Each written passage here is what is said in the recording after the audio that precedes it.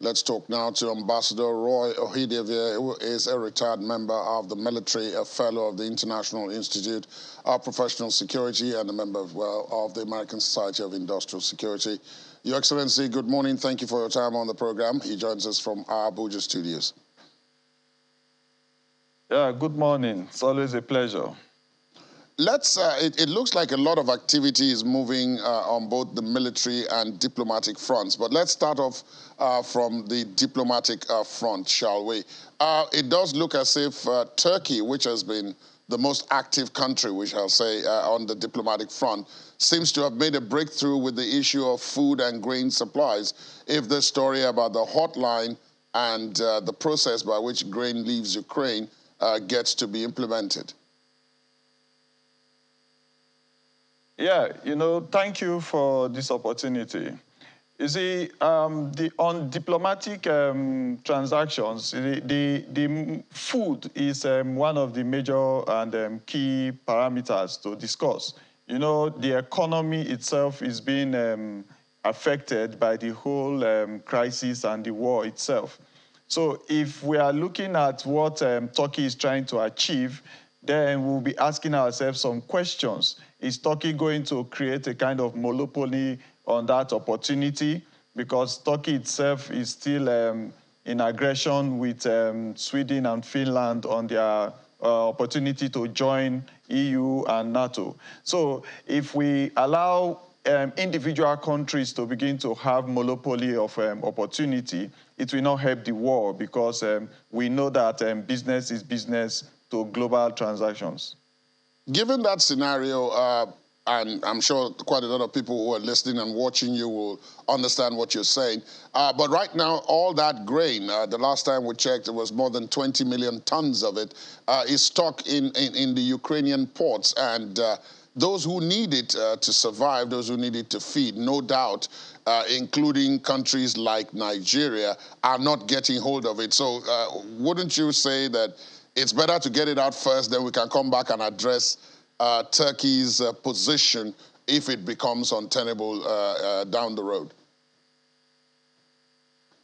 Yeah, I agree with you, but if you catch my drift, I was actually implementing a process where you are dealing with the exposures and the vulnerability and the monopoly in the process of fighting for the release and disbursements to countries and hungry persons that need it. Now, if you look at why you need to deal with both in tandem, you will understand that when you release those grains and you don't put in purview the opportunities to monopolize that process and the opportunity to use it as a soft weapon, then you will not be addressing the backlash from all the activities that we'll do in haste. Let us look at the other side of the diplomacy. The leaders of France, Italy, and Germany are in Ukraine this morning, and some people have chosen to call them the coalition of the unwilling, but they're there to show support. But the Ukrainians have been fairly critical of the three countries to varying degrees, because they say that they're being very hesitant in their support of Ukraine. Do you think this visit will, beyond the photo ops, will change anything in terms of that support? Okay, yeah. It's unfortunate to understand that most of these global powers, with world information and previous happenings, you will understand that they only deal in areas where they can address their interests. So that has all been the delay in all the things that are supposed to be delivered to Ukraine as support. So if their visit is concluded in harmony, or to harmonize all the areas of need, then we can begin to look at their internal control system. So even if they agree with the other countries to give all the support, each of those countries need to go back, like France and Germany particularly, to talk within their own internal control, their diplomats within, and see if their support will be accepted back home. Because the discussions we are talking about are going to be like agreements, so that even after the war, these are things that will be running as a friendship portal for the countries involved. What might be, for some people, a nightmare just seems to have happened if the reports are correct, and that is that 2 Americans fighting for the Ukrainians are said to have been captured. They may have been captured by the Russians because they've been missing for almost a week. Now, given the fact that 2 Britons and a Moroccan earlier this week were sentenced to death, and the British are struggling with that, do you think this would probably bring some kind of measured response, or the Americans will probably go all out, including maybe now putting boots on the ground to protect potential citizens from getting in harm's way?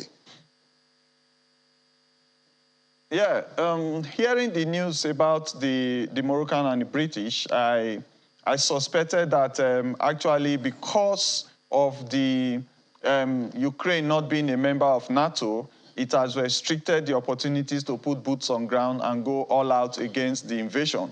So if you begin to look at infringement of the rights of citizens of other countries, then we need to also look at the relationship between the Americans and Ukraine and see that if they have the right to get into Ukraine at that time as a fighting troop, or if they live there as citizens of Ukraine and they are being abducted by the Russian army, or if they went in there to fight for Ukraine, what authorization does it get? So Americans can look at their books and agree to say, whatever it is, we're going to bring out our persons, and this might just be a leeway to begin to have opportunities to put boots on ground.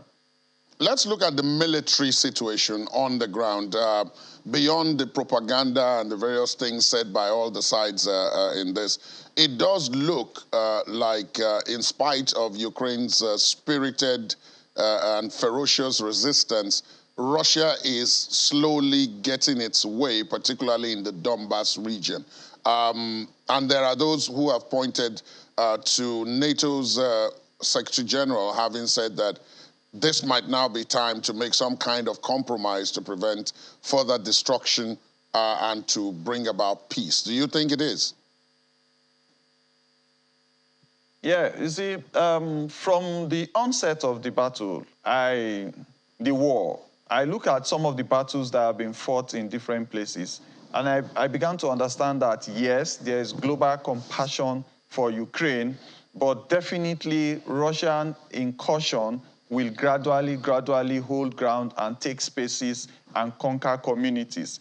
But then I understood that the opportunity to get weapons and mercenaries from other countries, volunteers from other countries, gets increasing value every day. But there is a delay to supply. You had the NATO speech recently when they are saying they are trying to conquer the delays to supply those weapons.